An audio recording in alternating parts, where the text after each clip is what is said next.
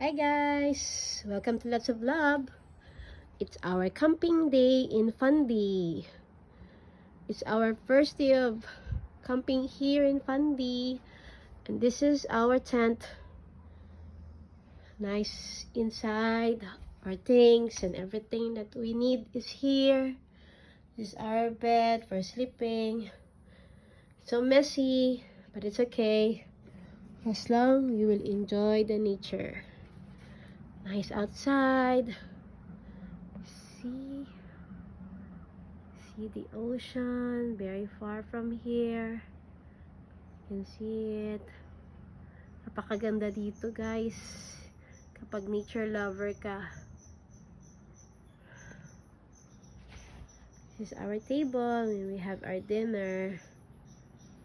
Yan yung lutuan, mga barbecue. Ganda dito oh. Nice the place. See? Nice here. Hope we can come back here very soon.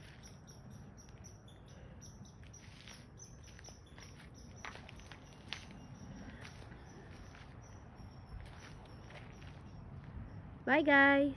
See you again for my next vlog. Thank you and God bless. Whee! My first camping here in Canada.